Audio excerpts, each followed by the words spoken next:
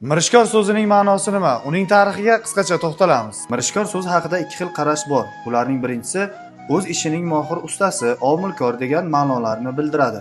Ikkinchisi o'zbek millati tarkibiga kirgan Mirishkor nomli qadimiy qabila ham mavjud bo'lgan.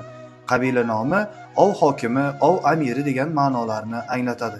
Etnologik tarixshunos Karmishvaning fikricha, Mirishkor birikmasi soddalashtirilgan shaklda Mirishkor atamasi tarzda yuzaga kelgan.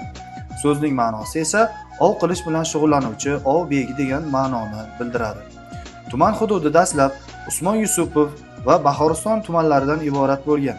2003-yilga kelib Mirishkor nomi bilan qayta tashkil etilgan.